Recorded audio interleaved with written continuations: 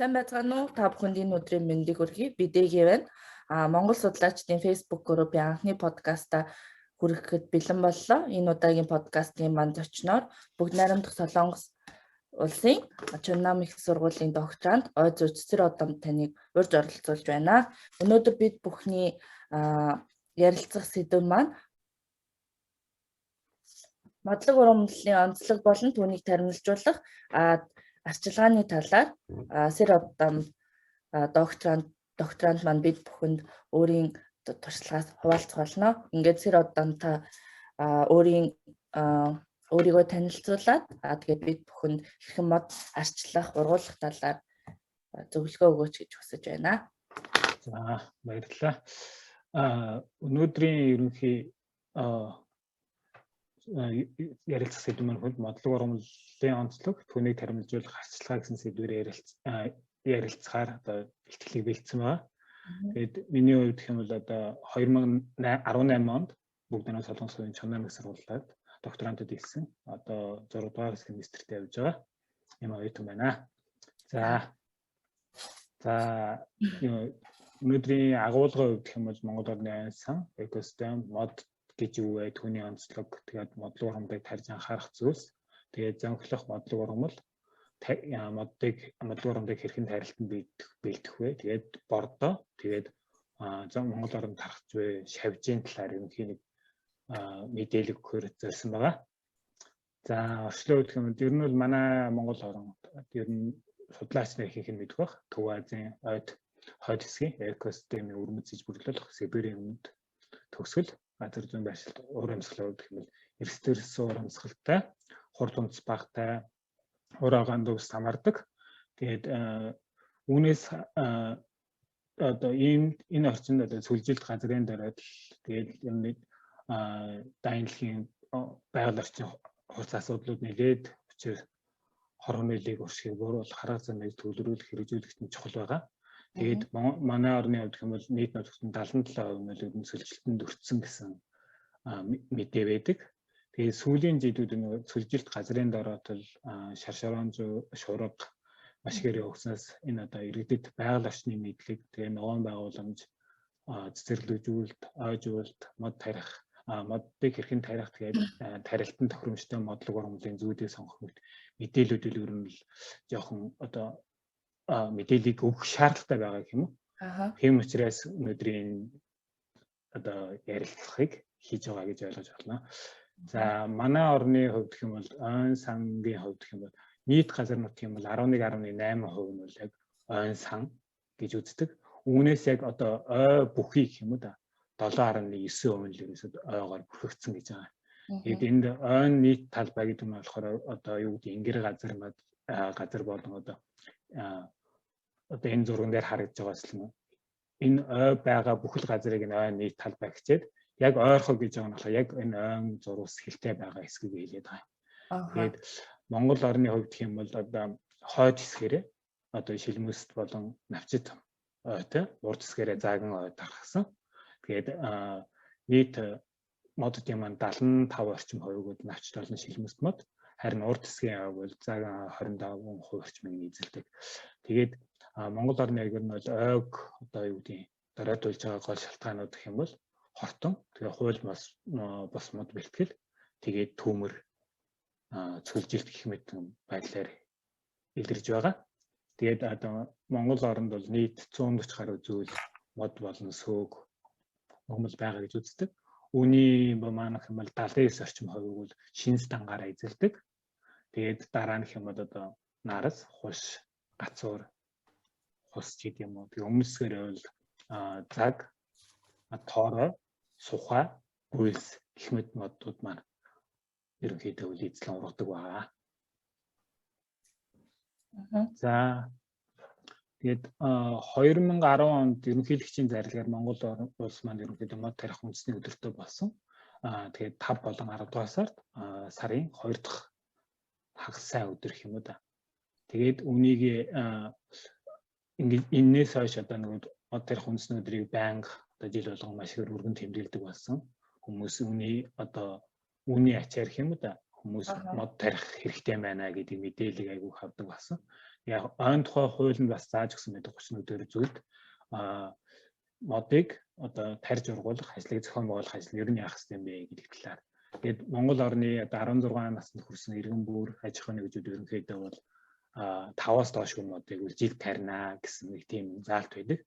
Энийг одоо яг иргэд маань бол хэдийн энэ заалтыг мэдэхгүй ч гэсэн за мод тарих хэрэгтэй юм байна гэдгийг үл ерөнхийдөө бол ойлгоод хүмүүс бол маш ихээр тарьж байна. Тэр нь бол одоо ер нь сошиалар ч юм уу ер нь их харагддаг болж хуучныг бодвол гэсэн үг юм байна. За тэгээд энэ слайдн дээр юу үзүүлэхийг зорьсон бэ гэхээр Монгол оронд маань ерөнхийдөө ойжуулалтын ажил маш ихээр одоо 1960-аад оноос гэмүүд эхэлсэн.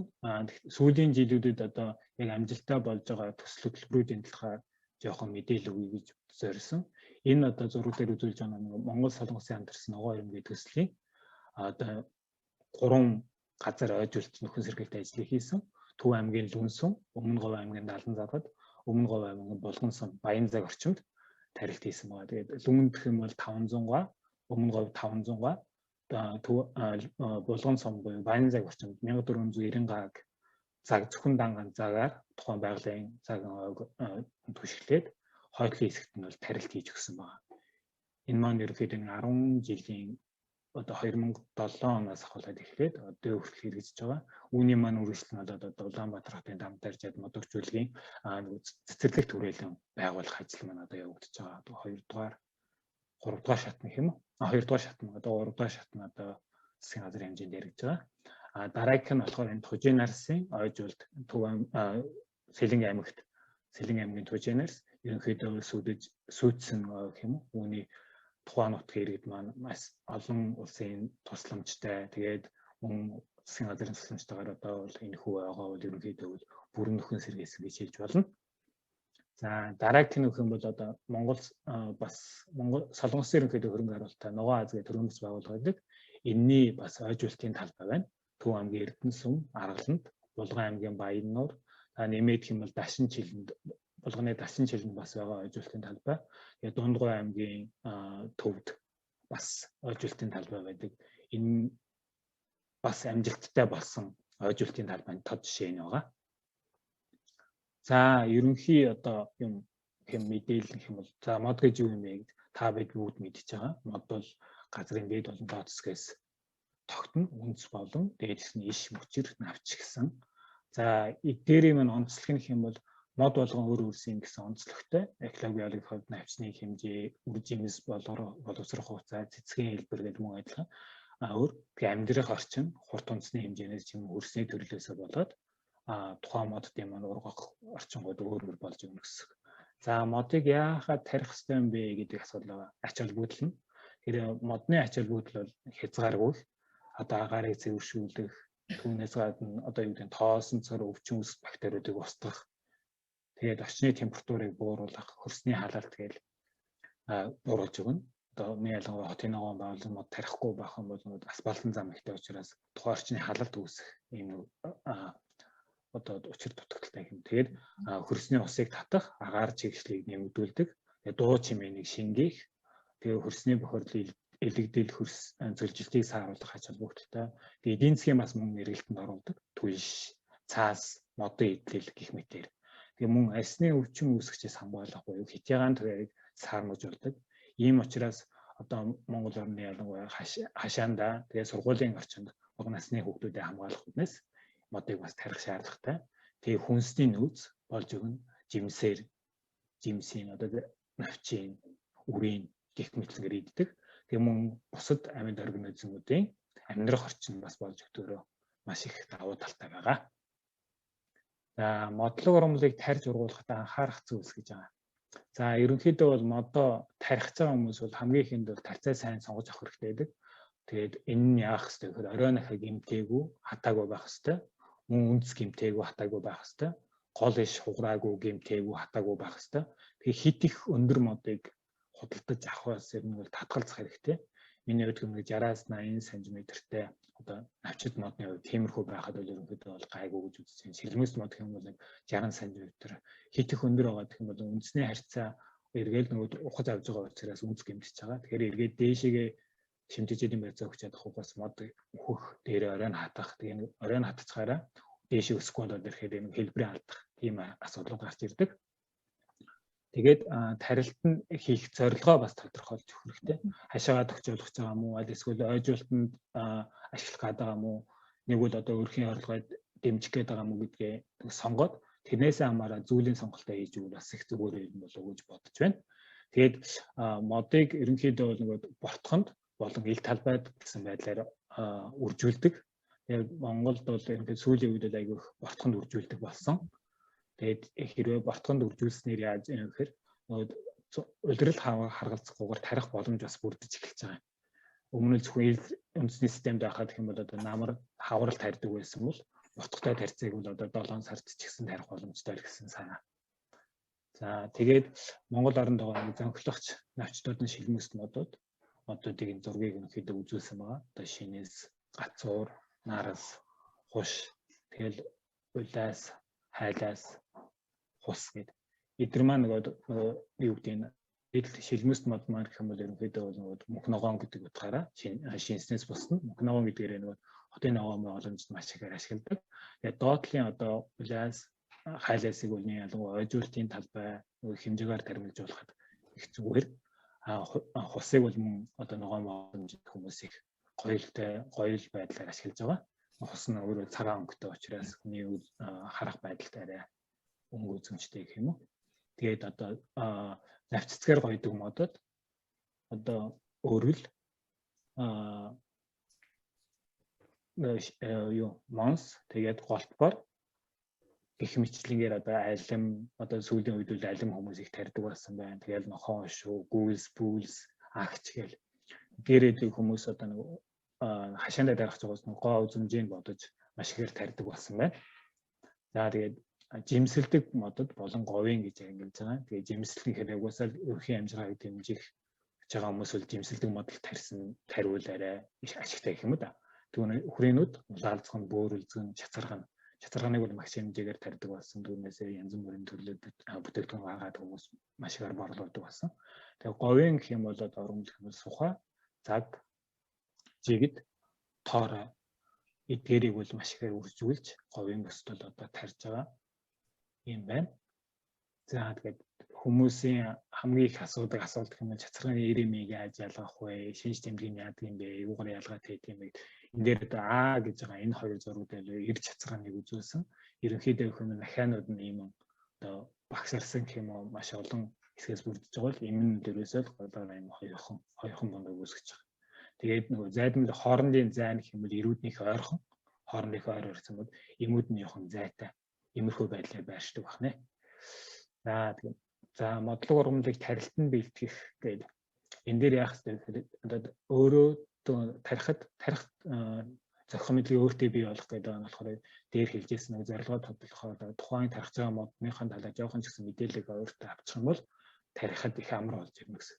Тэгээд дараа нэг арчилгаа услахааны их үүсвэрийг шийдэх хэрэгтэй. Тэгээ энд юу вэ гэдэг нь услахааныхаа одоо их хэмжээгээр тарьж байгаа хүмүүст бол услахааны асуудал их тулгардаг, маш ихээр тулгардаг. Одоо ходог гаргаагүй ч гэдэг юм уу.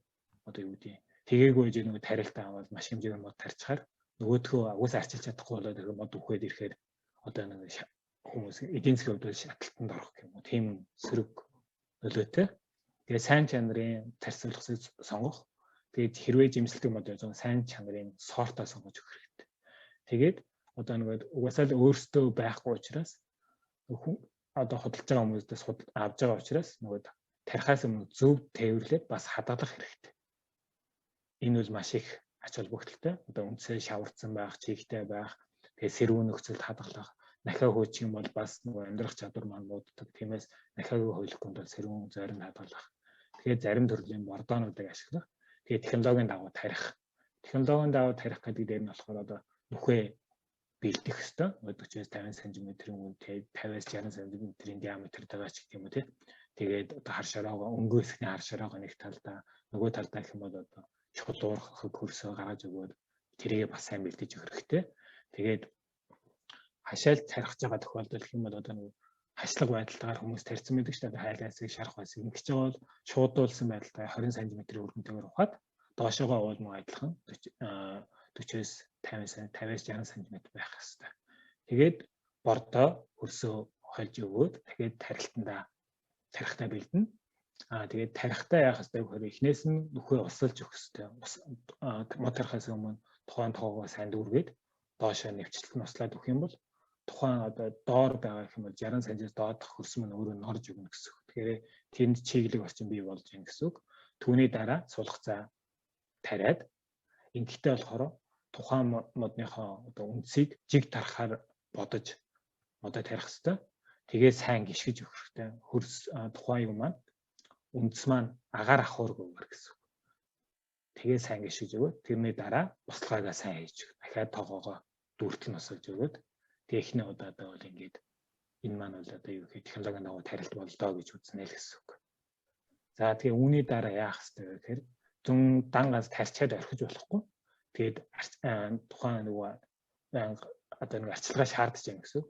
Тэгээ услаагаа байнга хийх хэрэгтэй. 4-5 хоногт хит их ус нартай байх юм бол титмийн услагааг хийж өгөх, тухайн орчноо агаараа чигшүүлж өгнө гэсэн үг. Тэгээд хог зэрлэг урамдыг түүх, устгах, тоогоо цэвэрлж өгнө. Тэгээ хортон шавжид нэрвэтгэхээс хамгаалах. Тэгээд хэрвээ хортон шавж илрээд эхлэх юм бол түүнийг идрүүлээд одоо нөгөө одоо хорч юм уу тухайн юмд таарсан хоруудыг цаацах. Тэгээд хэмжээгээр одоо тарьж байгаа тохиолдолд мэрэгчд болон малд идэвхээс хамгаалж хашаалах хэрэгтэй. Тэгээд одоо нөгөө төмөр үерээс хамгаалах шууд уу гаргаж өгөх. Тэгээд болж өгвөл нөгөө хит их үхвээгүй байгаа дээр нэг юм уу нөхөн тарилтуудаа гэлсгээс хийгээд явах юм бол бас нөгөө ажиллагаа маань арай багасаад болно. За энэ жил үхсэн байна. Нөхөн тарилт хийхгүй байх юм бол дараа жил дахиад нэмэх юм бол дахиад их ажил ороод байгаа учраас нөхөн тарилтуудыг тухайн цаг урд нь бол хийгээд өгөх нь зөв болов уу гэж бодож байна. Тэгээд усалгааны аргууд гэж байгаа. Энэ яг нэг 5 төрлийн арга байна. Манайхан бол ерөнхийдөө бол одоо тогоогоор цөөн хэмжээтэй бол ихэнх нь тоогоор усалдаг. Тэгээд бороожуулах услага хүлэмжний нөхцөлдний ялангуяа тарилт хийж байгаа тохиолдолд ашигладаг. Тэгээ усан буугаар услах, спринклер услах нь болохоор одоо нэг тариалангийн бүс нутгуудад бол маш ихээр ашигладаг. Тэгээ намраа услагын системээр услагааг бол үүслэг ургамал. Тэгээ манай жишээр ярих юм бол одоо нэг заг тарьж байгаа хүмүүс маань байнгын одоо ийм намраагаар усалж өгдөг. Тэгээд хамгийн сүүлийнх нь туслын услагын систем. Их хэмжээний одоо тарилт хийж байгаа хүмүүс бол усаа хэмнэх одоо хэдий ингэж юу яаж асан одоо усаа бас хэмжих хэрэгтэй. Тиймээс туслын услагын систем бол хамгийн сайн ус хэмнэдэг. Мөн одоо нөгөө ус ууршихгүй хий одоо агаар дээр халт үүсч байгаа тохиолдолд ус бас одоо намраагаар услах юм бол усаа алдаад байна гэсэн үг. Тиймээс товчны толгойроор услах юм бол усны одоо хэмнэлтийг маш сайн хийж чадна л гэсэн үг. За бордооны талаар нэг жижигхэн жоохон бэлдсэн байгаа. Энд дээрх юм бол ерөнхийдөө сүүлийн жилүүд манай Монголд бол ерөнхийдөө маш их компост бордоонуудыг бол маш ихээр хийдэг болсон байна. Одоо шууны сангасаар, бууцаар, чиг улааны хорхон тэгээд ялгадас, тэгээд бионус, носон бордоо, тэгээд ясны бордоо гэх мэтлэнгийн одоо бион компост бордоонуудыг бол маш ихээр үйлдвэрлэдэг болж энэ эдгээрүүд маань болохоор одоо юу гэдэг би нэлээд сайн хайж үзлээд яг одоо нэг доторх орцууд нь бол бас тийм нарийн тодорхой бус байгаад байна. Тэгтэл нэг ургамлууд маань өөрөө одоо нэг азот, фосфор, калийг одоо маш ихээр шаарддаг. Тэгэхээр яг тэдгээрийн одоо нэг агуулмж нь идэрхий биш болохоор бүх зүйлүүдээр одоо ингээд энийг хэрэглэе гэхээр бас жоохон дутагдaltaй харагдаад байна л да. Тиймээс одоо бус орны үед гэх юм бол азот, фосфор, кали гэх тусаараа тэгээ холимог бордоо. Энэ холимог нь болохоор цаана янз бүрийн агуулмжтай MP-ийн харьцаа 10 ч гэдэг юм уу. Нэгвэл одоо азотын давмгаалсан бол 16, 8 ч гэдэг юм уу. Ингээд энээсээ хамаараа тухайн зүйл ургамал дээрээ өгж байгаанууд нь өөр байх жишээний. Тэгээд Монгол энэ азопосцийн шингэн бордоо болохоор 70-15 гэсэн байлээ. Тэгэхээр MP-ийн харьцааг одоо гэж би ойлгосон. Тэгээ гүминий бордоо хүмүүс бол сүүлийн юм бол гүминий бордоо ашиглаж гэдэг байгаа. Энэ болохоор тухайн модонд өсөлтийн л жижигхэн сайжруулж өгөхөөс биш. Одоо яг энэ азот, фосфор, калийн хэмжээ нь бол одоо юу гэдэг сайн хэмжээтэй байна гэхэд бол бас жоохон дутагдaltaй харагдаад байгаа. За юм байна. Тэгээд хөнөөлж шавьжийн клогин бүлэг гэдэг мод дээр дурдсан одоо баг одоо санг хомсдуулж байгаа гол нэг хүчин зүйл бол шавьжийн асуудал байгаа. Тэгээ энэ дээр болохоор одоо юуг тухайн шавьжнууд маань хэрхэн одоо юу идэж илэнд юуг нэгддэг юм бэ? Үр боргоцоо, нахаа, навш, иш, холтос гэл одоо үндэс гэдэг ч юм уу тийм. Ихэнх нь бол ерөнхийдөө бол одоо нөгөө навч хилмэс болон холцын иддэг шавьжууд бол маш их байдаг байна. Тэгэд сүүлийн жилүүдэд нөгөө таримлын одоо шавьжийн судалгаа бол одоо сүүлийн жилүүд маш их идэж байгаа. Хуучин бол нөгөө байгалийн гэх юм уу? Байгалийн хортон шавьжаад яриад байгаа. Одоо бол таримл гээд ирэхээр одоо шинэ орчинд байхгүй газар ойжуулт хийгээд ирэхээр мөн адилхан тэнд шин төрлийн шавьж хортонгуудын нөлөө илрээд байгаа учраас тэгээд одоо зонголтон тархаж байгаа шавьжуудын хувьд гэх юм бол энэ дээр үзүүлсэн байна. Навч хилмэсний 7 багийн 35 овгийн 185 төрлийн 363 зүйлийн ийм шавьж байх нь харин модлог идэж байгаа нь болохоор 6 багийн 23 овгийн 134 төрлийн 332 зүйлийн ийм шавьж байх нэ. Энэ маань одоо ингээд зургт үзүүлснээр угаасаа тодорхой харагдаж байгаа. Модлогын гэхээр дотоод хэсгийн эдэн. Тэр одоо энэ зөвгүй шиг харагдаж байгаа. Энэ маань бидэд хальтаарах юм уу зөвгүй байна гэхэд энэ маань зөвгүй биш, харин модлогын одоо дотроос тэгээд одоо үе шатуудаа гүйцээгээд гарч ирж байгаа энэ хэлбэр нь байна.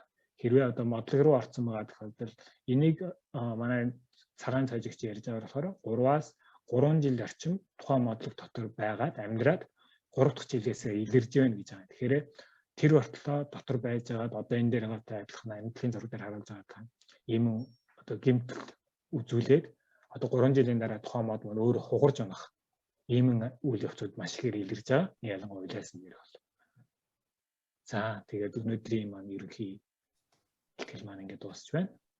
Тэгээд асуулт байвал асуултаа ярилцаад тэгээ цааш ярих гэж бодож байна. За баярлалаа.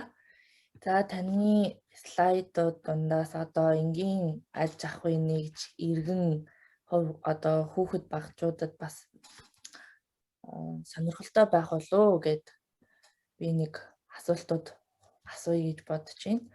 Мэдээж таны хэлснээр бол ойн тухай хууль гарснаар болохоор одоо хүн болгон ингээд эерэг өөрчлөлтүүдээр одоо 5 сард чийлэх юм бол ялангуяа бидний мэддэг сошиал орчинд бол хүүхдүүд гэр бүлэрээ ажлын газар хамт олноороо ингээд хүмүүс мод тарьдаг болсон. Тэгээд мод тарьсны дараа болохоор хүмүүс ойг сүйтгэхгүй байх талаар одоо ямар арга хэмжээ авах хэрэгтэй вэ? Одоо жишээлх юм бол бидний одоо мэддгээр одоо нэг их сургууль одоо 10 жилд ингээд орохоор ерөнхийдөө бол мод огтлдог шүү дээ. Одоо Монголд бол маш их мод огтлдог.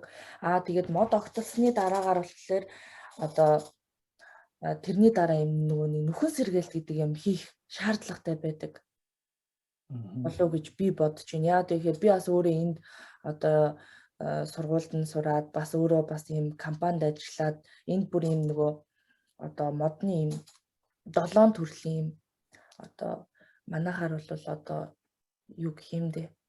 Ийм 7 төрлийн цикл үүссэн байдаг байхгүй. Тэгээд нэгдүгээрт бол одоо үрээ бэлдээд үрээ тармилжуулаад тэрийг одоо таны хэлдгээр нөгөө одоо хүлэмжинд тийм ээ бохдог хэлбэрээр байрлуулна. Дээрээс нь гадаад тариалалт хийн.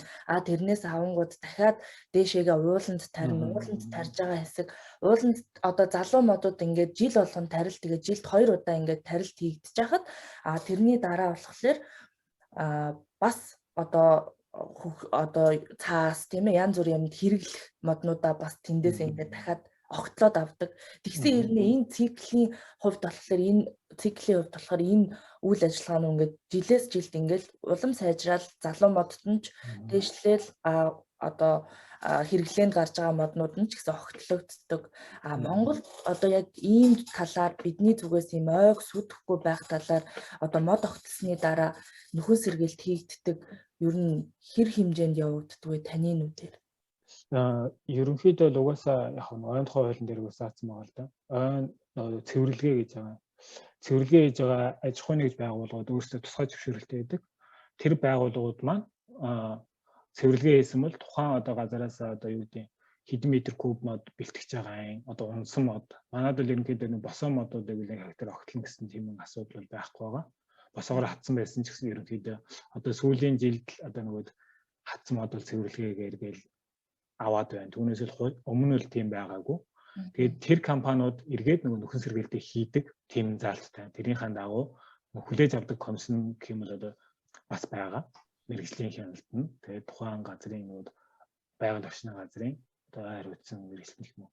Яг энэ процедур бол явж байгаа. Гол нь тэр маань эргээд тарин нөхөн сэргээлтийг хийж байгаа. Юу гэдэг хэр амжилттай байгаа вэ гэдэг асуудал яригдах байна. Түүнээс л нөхөн сэргээлтийг үл хийдгээрээ хийгээл явж байгаа. Монголд ч юу гэмдэ одоо нөгөө мал аж ахуйтай учраас нөгөө тарилт игээд байдаг малын хөлөөр бас устдаад байх боломжтой. Тийм одоо юу гэдэг хот дотор ойжуулт хийх байгаа учраас гэсэн үг. Тийм. За ойлголоо. Тэгтээ бас нөгөө нэг одоо надад бол яг өөрөө бас ингээд ойн чиглэлээр сурдаг хүний хувьд бол шилмүстэй илүү одоо харах байдал дээр хувьд ч юм уу ерөнхийдөө ингээд мөнх ногоон байдуулаад надад илүү их таалагддаг байхгүй юу. Тэгээд ургалтын хувьд одоо навчид модтой харьцуулахад шилмүст моднууд байгаа шүү дээ одоо тий. Эдгээрүүд маань ургалтын хувьд хурдан байдгүй. Ургалтын хувьд юу н ямар өөрчлөлт байдаг вэ? Шилмүст мод, навчид мод за яг навчид мод бол ерөнхийдөө улаас хайлаас түргэн ургалттай гэдэг үгнээс нь маш их хэмжээгээр тарьдаг. Шилмүст мод яг эхний хэдэн жилдээ маш бага хэмжээгээр өсдөг. Одоо юу гэдэг шинс нар сэдвэсэл нэг эхний нэг жил нэг үсрээл 5 сая хамгийн өндөртэй 10 сая жил ургана шүү дээ. Гэвтэл улаас хайлаас бол 40-оос метр 50 ч юм уу ургах боломжтой байдаг учраас тэр ургалт нь бол хурдан. Томроод ирэх тусмаа тухайн моддууд маань бас тухайн орчиндөө дасан зохицоод ирэхээр гэх юм бол 5 6 настай болоод ирэхээр өсөлт нь бол одоо шилмэс моддын хувьд гэх юм бол 50 сая 60 сая өсөх тийм тохиолдол байгаа. Улаанбаатар хот ч гэсэн ерөнхийдөө тийм зөндөө ажиглагддаг. Тийм байна тий. Энэ болохоор ингээд ерөнхийдөө би бас ингээд яг жоохон ажиллаад ингээд явж байхад хүмүүс яг ингэж асуудаг байхгүй. Одоо жишээлх юм бол шилмүс мод бол энд айгүй хурдан ургалт бас өгөх тохиолдол байдгийн гацуурын төрөл. Тэнгууд хүмүүс шилмүс модыг нь одоо зөвхөн тариад ах юм бол урдан ургаад идэх юм байна. Эсвэл яг энэ чиглэлээрээ ургуулах юм бол навчид мод одоо навчид модноос шинэс энтер нь илүү гацуур энтер нь хурдан ургад юм байдаг юм байна гэдэг ойлголт бас явж исэн болохоор энэ асуултыг танаас асуулаа. За тэгээд таны хийж байгаа төслийн хэмжээнд болоод Монголд ч гэсэн та бас одоо Улаанбаатарт бас зөндөө олон мод тарилтанд оюутан бахаас ахуулаад оролцсон баг. Тэгээд энэ нэг асуудал маань болохоор одоо мод тарихтаа хөрс болоод чийгшлийн хэмжилтүүд хийгддэггүй аль эсвэл жишээлх юм бол газрын талбайг нь хараад бид нэр очиод өөрсдөө сонгоод за одоо юу гэдгийг энэ талбай дээр 10 мод тарилаа гэхэд хоорондын зайг нь одоо 2 м юм уу 1 м ч гэдэг юм уу. Ер нь бол хөрс ч юм уу тийм шинжилгээний үр дүнгээс хамаарч талбайг бас сонгодгоо одоо ийм олон одоо га талбайг одоо хамарч байгаа үржүүлгийн одоо компаниуд бол тиймэрхүү юм. Ерөнхийдөө яг 1 хектар тэгээд судалгаа хийгээл энэ ойжуулт хийж байгаа за хөрсний дээж авчи юуг нь авчи гэж ерөнхийдөө 1 хектар тэгээд сонгодгоо. Одоо нөгөө засаг захиргааны нэгжээрээ одоо юу гэдэг нэг суманд хийхээр болох юм бол тухайн сумтайгаа тохиролцоод танаа энэ хэсгийг л одоо ойжуулт хийе гэх юм бол тэн дээр нь л одоо зааж өгсөн газарт нь явахгүй технээс нь нөгөө тухайн орчныг бүгдийг судалцаад энэ дээр сайн байна гэдэг боломж бас бага юм шиг байлээ. Тэгээд одоо ногоон төслийн хүрээнд гэх юм бол яг бидэд нөгөө яг ойжуултын талбай гэж за энэ одоо сумнаас зааж өгсөн газар байгаа шүү дээ. Тэгээд тэрнийхэн бол ерөнхий хөрсний шинжилгээг хийдэг. Тэгээ ус нь угаасаа мод ойжуулт хийх хичээл байгаа бол ус чухал учраас бас усны худгаа хаана гарах вэ гэдэг нөгөө юуныхэн худаг гаргадаг хүмүүсүүд ерөнхийдөө бол тэр талын ажлуудыг хийдэг байгаа. Түүнээс одоо нэг чигшилхээр яг тэр тал руугаа 1 хектар явах чигшлийн судалгаа хийгээл одоо за энд болох юм байна, болохгүй юм байна. одоо болиё гэдэг ч юм уу тийм бол нэг тэрэн дээр нь анхаарч бол ерөөсөө хийдэг үйл гэж ойлгож болох байгаа. Тийм. Аха. Тэгэхээр одоо хүмүүс маань бол өөрсдийнхөө дуртай газар боломжтой бол хашаа сургууль тийм ээ цэцэрлэг эдгээр зүйлүүдэд бол тарилт хийхэд боломжтой гэж байна шүү. За таны одоо ингээд ярьснаас ахуулаад би жоохон дүгнэлт хийгээд бас энгийн хүмүүст бас тайлбарлахаар ярьж байна. Тэгээд дараагийн асуулт болохоор одоо ингээд манай улс болохоор эрсдэл суур амьсгалтай. Монгол орн маань тэгэхээр зарим үед одоо жишээлх юм бол яг өнөөдөр ч гэхэд ч юм уу өчигдөр ч гэхэд юм уу Монгол орнд цас орж явах жишээний тийм ээ одоо 5 сард. Тэгэхээр одоо мэдээж хүмүүс маань бол яг мод тарихад бол одоо 5 сараас 7 сар ч гэдэг юм ийм саруудыг хэлдэг. Тэгэхээр та одоо хашаа ахороо өөрсдийнхөө байгаа газар царихтаа одоо энгийн хүмүүс манай оронд хэддүгээр сард ер нь тарилт хийвэл зүгээр байдаг юм бэ? Тэр талаар. Ерөнхийдөө тарилтыг одоо өмнө говь өнтөрлөл манайс энэ өргөн удам болохоор өмнө говьд бол ер нь 4 сарын сүүл 5 сарын ихээс ахвал ерөнхийдөө эхэлцдэг. Газар гислэл бол одоо модөржүүлгийн эрхэлдэг хүмүүс бол газар гислэл бол тухайн суулгацуудаа гаргаад тэгээд дараагийн шилжүүлгэндээ их юм айлгсад борлуулах тэр ажлуудыг хийж эхэлдэг. Тэрнээс нь хүмүүс аваад нөгөө тарилтанд тарьж эхэлдэг байгаа. Тэгээд би дээр хэлжсэн ботхтой тарьцаах юм бол одоо хэдийч байж болно. Харин одоо ил үндэсний системтэй буюу одоо дэвсэгт яваад ухаж гаргаж байгаа энэ тохиолдолд бол ерөнхийдөө нэг нахаа задрахаас өмнө тухайн ургамлаа тарих ёстой гэж үзэх юм бол одоо нэг 5 сарын 20-оос өмнө 25-наас өмнө ерөнхийдөө бүгдийг тарьсан байх ёстой. Тэгээ намрын хувьд гэх юм бол нөгөө нахаа 50 байдалд орсны дараа буюу одоо 10 сарын ихээр одоо энэ тарилтын ажиллагааг хийх ёстой л гэсэн тийм л тэгж хэлэх юм уу да. Аха. Тэгээд яг хүүтрэлтээс болоод гэж байгаа нь болохоор Монголд бол яг ер нь бол 5 сарын ихээр бол нэг хүүтрэл болдог. Тэр үед хүмүүс тарилт хийсэн байх юм бол одоо нэг навчилдаг, жимсэлдэг модууд маань цэцгэлж таарж байгаа. Тэр үед нөгөө цэцгээ гэмтэх юм бол одоо нэг жимс авахгүй. Тэгэхээр хүмүүс тухайн үед нь одоо нэг цагаагаар харж агаад одоо нөгөө бүх авах юм одоо хучих тиймэрхүү ажлуудыг бас давхар хийж өгдөг байгаа. Тэгээд саяны одоо энэ хүүтрэлдээ үүсгэсэн хүмүүс ерөнхийдөө одоо хайрагдчихаас яаж хамгаалах вэ гэдэг юм иймэрхүү юмнуудыг маш ихээр хүмүүс асууж байсан. Аха.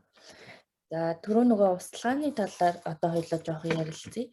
Мэдээж услаан тогоогоор услах ч юм уу өөрийн одоо гэрээ оролцоод ч гэдэг юм уу ер нь бол сургуулийн талбайд ч гэсэн хараахан бид нар гүний худах ч юм уу услааны систем бол байх боломжгүй байх гэж миний хувьд бол бодож байна.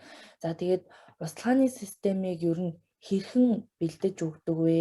Дээрээс нь энэ титэм усталгаа гэж та түрүү ярьжсэн шүү дээ тий халуун үед ингээд титэм усталгаа хийдэг. Энэ титэм усталгаа гэж яг юу юм болоо? Энэ талаар би титмийн услуул гэдэг нь болохоор яг одоо хаврны ялангуяа нөгөө манай Улаанбаатар ч өөрөө тоосч ихтэй. Тэгэхээр одоо нөгөө шилмүст модод одоо гацуур нарас одоо мөнхнөгөө модууд маань нөгөө гаднах одоо шилмүс дээр маш хэмжээний тоос агуулсан байгаа. Тэрийг ингээд одоо шүршиж байдлаар унгаах. Тэгэд юу гэдэг зуны хитаалтын үед гэдэг нь болохоор тухайн орчныгоо одоо чийгшүүлэх гэсэн. Нэг юм манай монголч нөгөө хуураа шүү дээ тийм. Тэгэхээр бидэд хураа орчинд одоо амьсгал яах уу гэж сэрүүцгийн тулд нөгөө бидэд нөгөө ус цацгаар арай гоё болдог гэсэн тийм санаагаар одоо тухайн орчныг харьцангуй агарын харьцангуй чиглэлээр нэмээд өгвөл тухайн модонд бас нэг таатай орчин бүрдэх дан ганц одоо нөгөө үндсрүүн усыг өгөх биш тэр титмэн ингээд угаах байдалтайгаар услаад өгвөл тухайн оргомолд нь бас арай эерэг одоо нэг ургахад таатай орчин бас болж өгнө ойлгохдаг санаа хэлээд байгаа. Баярлалаа. За тэгээд одоо энэ услааны системүүд бас их янз бүр болж байна тийм ээ. Одоо температураас шалтгаалсан услааны систем байдаг шүү дээ. Одоо хит тохиолдолд өөрөө ингээд хүлэмжнээс ингээд ус нь өөрөө мэдрэгчээр ажилдаг ч гэдэг юм уу. Иймэрхүү зүйлүүд ер нь одоо манад ингээд хүлэмжээр хийж байгаа одоо бортгоор ингээд тарилт хийж байгаа хүмүүс ашиглаж байгаа байх. Гэхдээ энэ цаг уурын нөхцөл байдлаас хамаарат ер нь ямархуу байдаг юм болоо? За услахааны систем, услалтын асуудал бол ерөнхийдөө сүүлийн хэдэн жил айгүй орчимтой орж ирж байгаа. Одоо дээрээ ярьж байгаа тийм үү. Түүнээс л өмнө л нэгэл нөгөө ходгаас ус өгөөл ингээл нэг шүршигчээр усалдаг гэсэн бол одоо бол ерөнхийдөө бол автомат байдалтай гэж хэлэх юм уу. Гэхдээ бол бүрэн автомат биш. Бүрэн автомат хүлэмжил сүүлийн үед одоо нөгөө том аж ахуйн нэгжүүд дээр байж магадгүй. Түүнээс л одоо хувь хүмүүст бол ерөнхийдөө бол бараг л автомат бол байхгүй байх гэж бодож байна.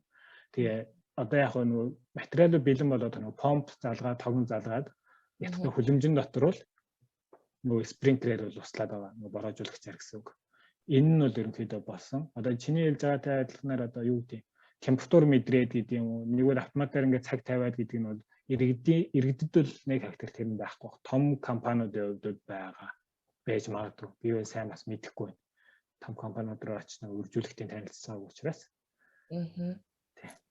Яг нь миний нөгөө хэлэх гэж байгаа сэдв болохоор одоо би жоохон зах зээл тал руу орох гээд тэгээд одоо жишээлх юм бол тийм температуртай хэмжигчтэй тийм одоо бидний ярьдгаар хүлэмж хэрвээ байсан тохиолдолд байх юм бол мэдээж цаг хугацааны хувьд бол одоо цаг хугацаа одоо хүмүүсийн одоо үргэлжлэл нөгөө ажиллаж байгаа л дахиад усаад усталтал ингээд хүлэмжийн дотор орж ирэхгүй бас магадгүй хэмнэж байгаа байх л да.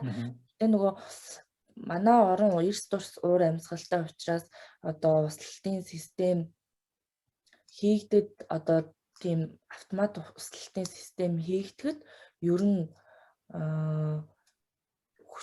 хүчин зүйлж байхад одоо проблем байдаг болов уу гэж би боддог байхгүй хүүтэн учраас тийм юм бол байхгүй. Юу байхгүй л ах гэж бодсон. Энд нөгөө одоо бүх юм автомат гэхээр чинь эдийн засгийн л тухайн эдийн юуны л одоо мөнгөний асуудал яригдэн шүү дээ тий. Түүнээс одоо нэг үнэтэй аль өгнөл тухайн өөрийгөө хэлбэрчлэх юм бол чиний хэлээд байгаа тэр агаарын температур мэдэрдэг. Одоо 25 Цельс хүлэмжний температур 25 Цельс хүрлээ гэх юм бол тухайн спринклер ажиллаж эхэлдэг юм. Нэгвэл одоо юу гэдэг өглөө тэдэн цагт тэдэн минутаар услахаа хийгээд орой тэдэн цаг тэдэн минутаар гэх юм бол тухайн одоо чиний хэлээд байгаа нөгөө өөр юм хийгээд авах боломжтой. Тэгээд тийм байх боломжтой л да. Тэгээд манайд одоо яг тийм төхөөрөмжүүдийг бий бол нэг хактер орцсон мэнийж хараагүй. Энд бол одоо бол тийм бол байнга байгаа бүхэл хөдөлмжүүд нь тийм аль болохоор нөгөө хүний амар хүндээ амар байлгахаар бүх юмудаа тохируулцдаг. Тэгэл одоо тэр үед нь услаа хийгдсэн байх юм бол окей ямар ч хамаахгүй. Тэгэл яг нэг орохтой шалахтай ч юм уу зэрэгээ зулгаацдаг. Тийм л юм харагдаад байгаа. Тэгвэл одоо жижиг гэрийнхээ ойролцоо ч юм уу гадаа одоо гэрийнхээ ойролцоогоор нь хүлэмж барихад хэр хэмжээний зардал гардаг вэ? Сүүлүүч бас яг юу байгаад байна л та. Зээлээр бас хүлэмжүүд аягүй хологдож байна.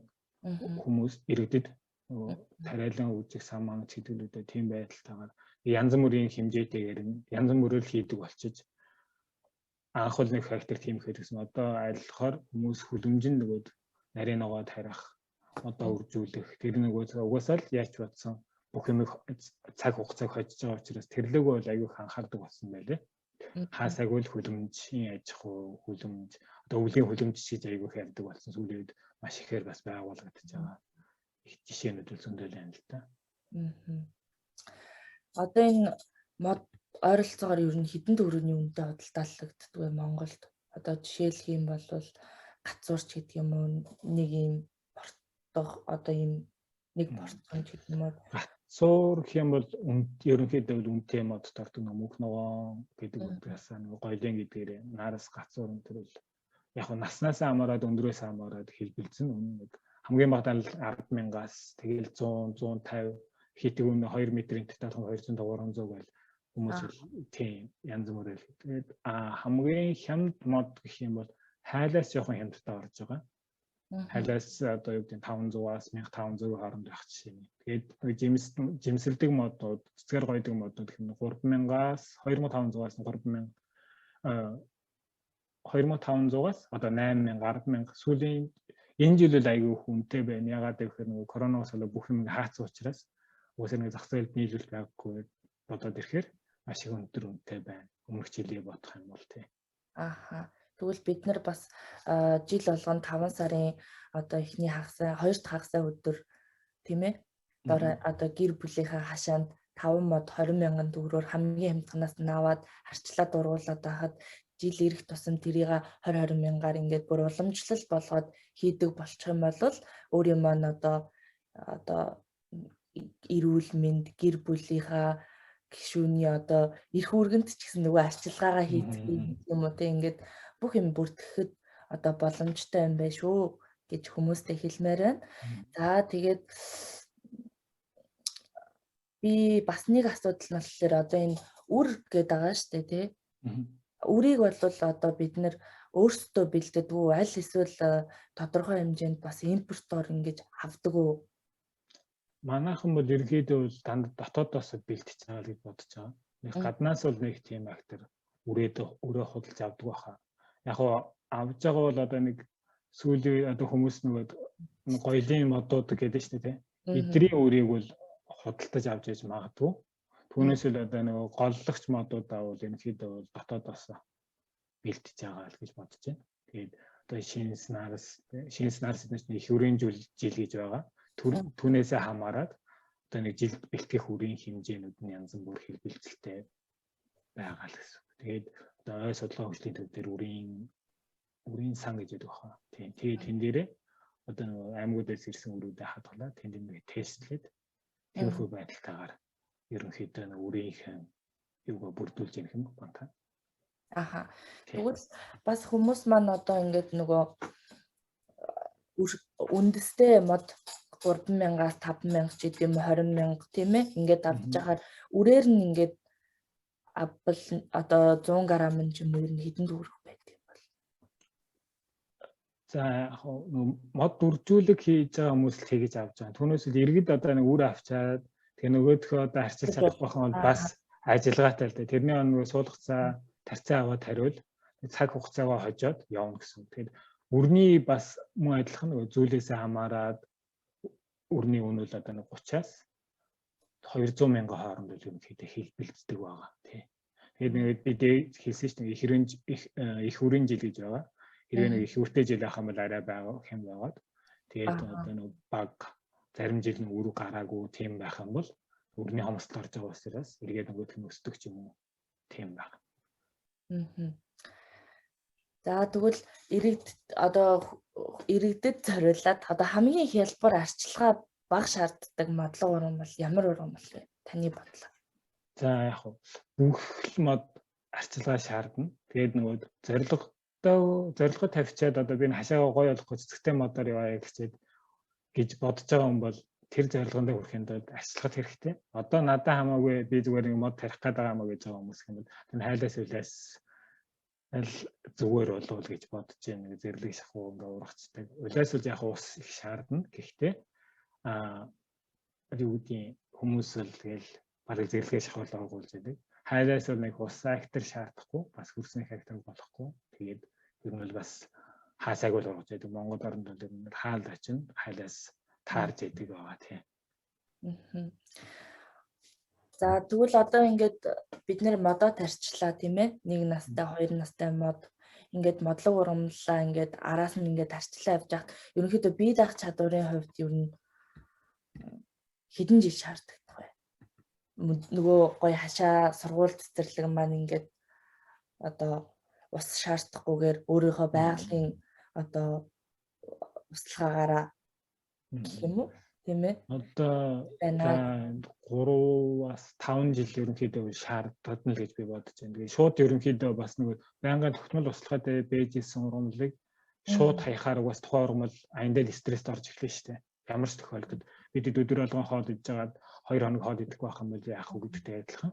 Тэгэхээр нөгөө услахааны асуудлаа нөгөө бага хэмжээгээр холдуулаад байвал зүгээр ах л гэж бодож байна. Түүнээс л өнөө за энэ жил болчлоо одоо би чамайг услахгүй гэх юм бол тухайн мод өгөөд усаа хүлээж идэг өгөхгүй байх юм бол тэгэл хаталт өгөөд эхэлнэ. Хэрвээ тэрийг харчаад энэ маань одоо ус дутагдж байна, эрдэс бордоо дутагдж байна гэх юм бол тэр болгон дээрээ услаагаа хийгээд мөн адилхан бага хэмжээний арчилгааг өгөөл явах хэрэгтэй гэж бодож байна та. Тэгэхээр ургамлыг бол бие даана гэж бодох хэрэггүй, яг л бид нартай адилхан одоо тий. арчилгааг нь хийгээд зөв зөв тий өөрийнхөө хашаан дотор байгаа гэсэн үг шүү дээ тийм ээ. Тэгээд ойжуултаар тарьж байгаа тохиолдолд гэх юм бол одоо санхүүгийн хувьд юм чинь ойжуулт хийж байгаа санхүүгийн хувьд маш их хэмжээний мөнгө орж байгаа. Тийм болохоор тухайн ургамлууд эхнээс нь ахуулаад усныхаа интервал өгөх хугацаануудаа жоохон хол ч юм уу тухайн одоо юу гэдэг 4 хоног өгж байгаа дараа нь 7 хоног болгодог ч юм уу тэгээ 10 хоног болгодог ч юм уу иймэрхүү байдлаар усыг холдуулаад тухайн юмд насан зохицуулаад тэгээ бороо орох юм бол нөгөөдхөө усгаг өөхөө байлдаг ч юм уу ийм нэг зохицуултуудаа хийгээд явбал болох байх л гэж бодож байна тийм. Ахаа. За тэгэхээр одоо модлог ургамлыг тарьсны дараа бидний амьдралд одоо маш их хэмжээний эерэг өөрчлөлтүүд гарах нягууртай юм байна гэж таны одоо энэ сайхан илтгэлээс бид бүхэн бас зөндөө их юм ойлгож аваад залуучууд маань гэр бүлүүд маань бас иргэд маань аж ахуй нэгж маань бас бүгдээрээ яг энэ чиглэлээр өөрсдөө таарсан гоёлын мод бол гоёлын мод тийм ээ хайлаас улаас байвал хайлаас улаас ингээд моднуудаа тарьж цаашаага бас арчилгааг нь өгч тэгээд өөрөөсөө жилээс жил ирэх тусам бас манай Монгол орн маань бас модных нь нөөц сан аривжаасаа гэж миний хувьд бас хүсэж байна. Тэгээд өнөөдөр бид бүхэнд өөрийн туршлага мэдлэг тэгээд дээрээс нь маш их юм одоо хэрэгтэй мэдээлэл өгсөн байх гэж би бол хувь хүнийхээ зүгээс бодож байна. Бас одоо бид хоёрын энэ подкастыг сонсож байгаа хүмүүст ч гэсэн энэ бол маш их чухал мэдээлэл байлаа. Маш их баярлалаа танд. Сайхан илтгэл байлаа. За баярлалаа. За дараагийн дугаар хүртэл та бүхэн баяртай. Баяртай.